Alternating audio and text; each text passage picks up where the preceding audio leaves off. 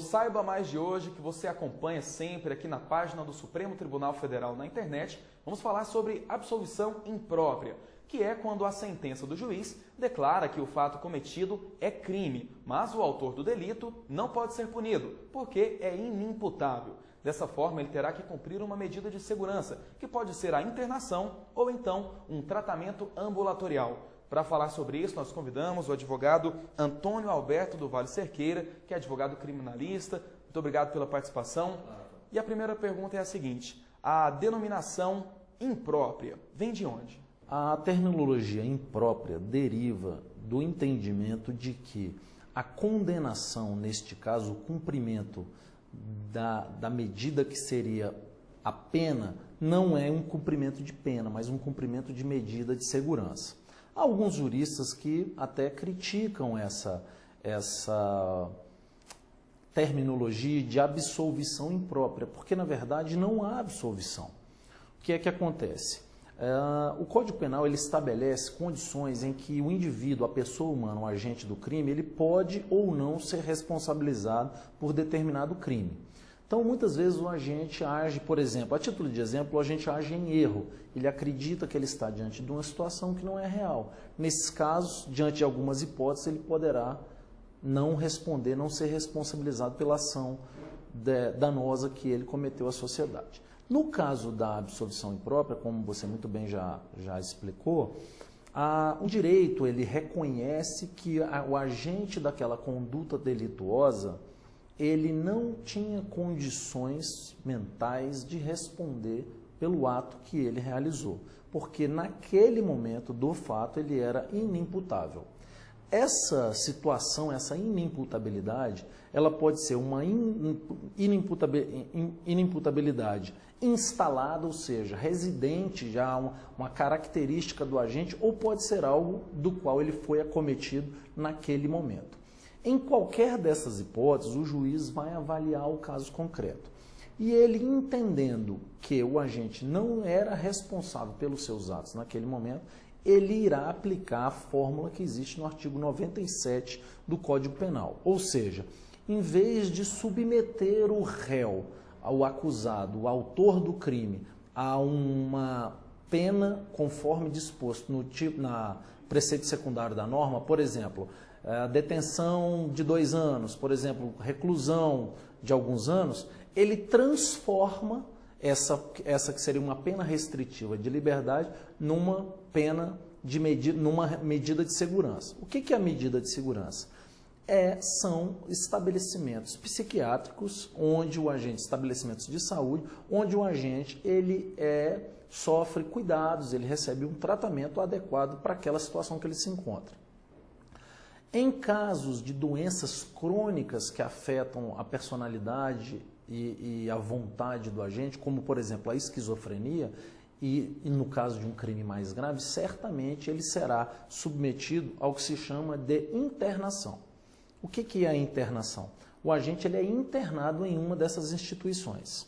Se, todavia, o crime cometido é punido com uma pena mais branda, porque é um crime de menos agressividade à sociedade, menos agressiva à sociedade, e é punido com a pena de detenção, aí ele é punido, aí se transfere essa medida de segurança, passa a ser a de tratamento ambulatorial, que é uma forma de tratamento bem mais amena do que a internação. Como será o cumprimento da pena no caso de absolvição imprópria? Nos casos de absolvição imprópria, o juiz ele reconhece que o réu é inimputável, ou estava inimputável naquela condição, mas deve ser submetido à chamada medida de segurança. Então, esse réu ele será levado a uma instituição de saúde para sofrer o tratamento adequado, ou seja, lá ele ficará internado para que se tente curar, se tente melhorar aquela situação de incapacidade que ele acomete. Qual é a crítica doutrinária que existe para esse tipo hoje de sanção do direito?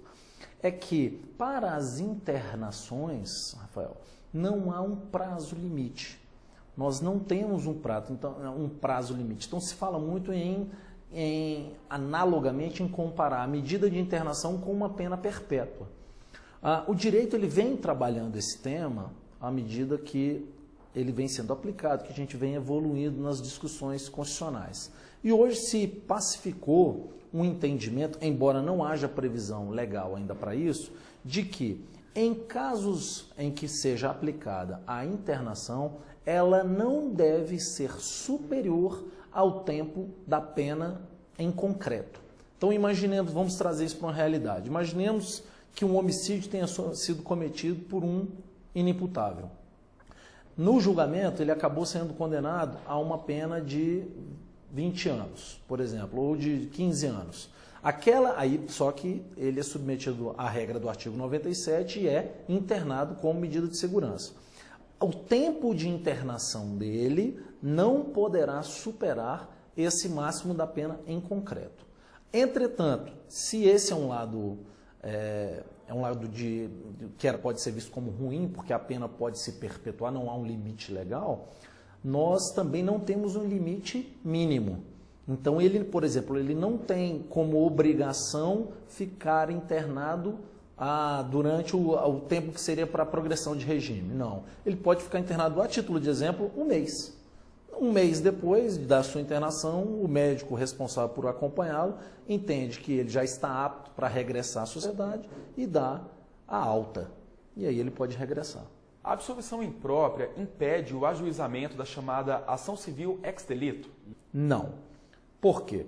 A ação ex delito ela é uma ação de natureza civil, é uma ação privada e que busca compensar a vítima do crime pelos prejuízos que foi acometida, sejam eles de ordem moral, sejam eles de ordem material, de ordem estética, de qualquer ordem. Nos casos de inimputabilidade, o crime ocorreu. Então, embora o réu não tenha condições de responder penalmente por aquele crime, isso nada afeta que ele possa responder na esfera civil, na esfera privada. Então, não há qualquer impedimento para as ações dessa natureza nos casos de absolvição imprópria. Mesmo o réu sendo inimputável, ele tem direito de recorrer? Tem. O direito de recurso, Rafael, ele é um direito muito mais escorado, muito mais de guarida constitucional do que de guarida processual penal. Então, ele está ligado ao direito primário de ampla defesa e do contraditório. Então, ele sempre vai poder recorrer desde que esteja corretamente assistido. Em caso de não estar assistido, de não ter uma pessoa para assisti-lo, inclusive, é obrigação legal do juiz que conduz o processo nomear um defensor público para que o represente. Imagine, por exemplo, que num processo haja uma condenação que o defensor do inimputável acredite que foi por demais severa. Ciente de que a sua internação, de que a internação do acusado poderá ter aquela durabilidade, ele pode, por exemplo, ter todo o interesse em recorrer para reduzir a pena, para, em tese, virtualmente, reduzir também a possibilidade da internação ter toda aquela longa duração. Ou, por exemplo, no caso de entender o defensor que a hipótese de absolvição foi incorreta. Porque muito antes de ser inimputável o réu e o fato ter acontecido, ele entende que, e aí já respondendo a sua próxima pergunta, ele entende que o fato não foi criminoso ou que o fato não aconteceu. Então ele terá todo o direito de recorrer em nome de seu cliente para alegar, para construir uma dessas teses resistivas. Existem outros tipos de absolvição previstas no direito penal? As espécies de absolvição do Código Penal, em regra, elas estão disciplinadas pelo artigo 386 do Código Penal. São 7 espécies que estão lá dispostas, tá?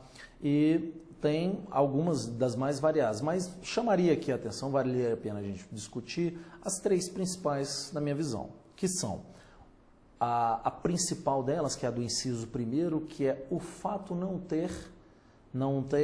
quais são elas? O fato não ter ocorrido, ou seja, aquele fato que é imputado ao agente não ocorreu. Segunda, o agente não foi o responsável pelo fato criminoso. E a terceira, não existirem provas de que o fato, de que ele concorreu para o crime, né? Todas essas espécies, elas têm consequências diferentes. A título de exemplo, se o réu é absolvido, por exemplo, porque não existiram provas suficientes para a sua condenação, isso não impede que, ocorrendo, surgindo novas provas, ele possa ser o Estado possa reiniciar a persecução penal. Entretanto, quanto à primeira hipótese, essa não, essa é realmente de absolvição. Na hipótese do fato não ter constituído crime a título de exemplo, caberá contra ele a ação ex delito. Imaginemos um exemplo da absolvição por aplicação do princípio da insignificância.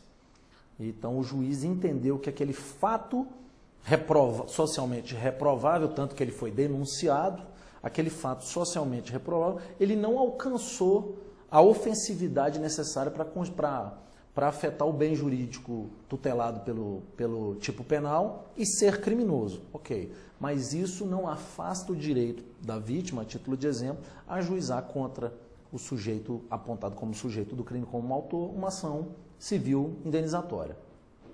Então, de todas essas hipóteses, a rainha das absolvições, chamemos assim, é exatamente a absolvição porque o autor não foi o autor do crime.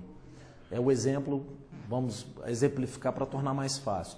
Imagine um homicídio que aconteceu em determinado local.